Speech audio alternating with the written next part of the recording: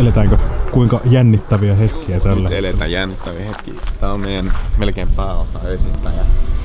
Tää hevosauto ja nyt se päästää kaikki öljyt.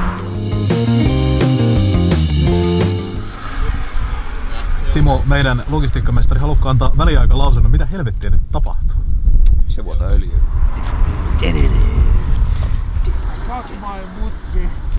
Tilataan vaikka Uberi. Just nyt, me saadaan kyytiin. Mikä on valon tilanne? Valmis. Se on flätti.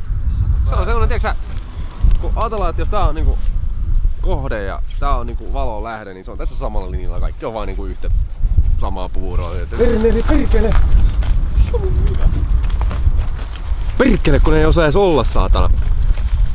Vittu jättävät kamuja mihin sattuu, saatana. Jos me saadaan tää ja seuraava netistä otettu, niin Kaiko hienosti.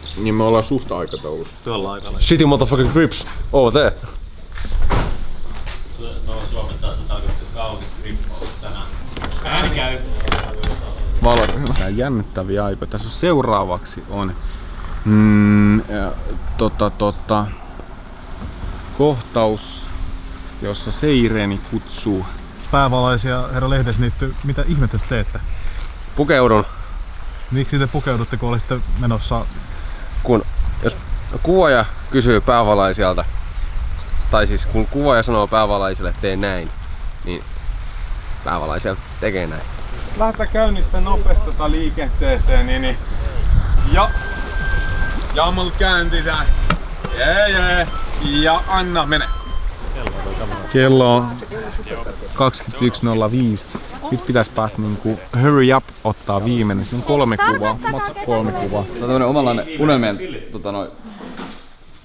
toteutuminen, koska mä oon aina halunnut hirviöelokuvan äärellä työskennellä, erityisesti Godzilla äärellä työskennellä. Japanin, mutta onko se on kengät niin Godzilla kengät? Ei meillä ole ikinä kuvaa. Sanossa. Nyt oli virallisesti viimeinen kuva kuvattu ja joskus tääkin hauska loppuu kuvausten osalta.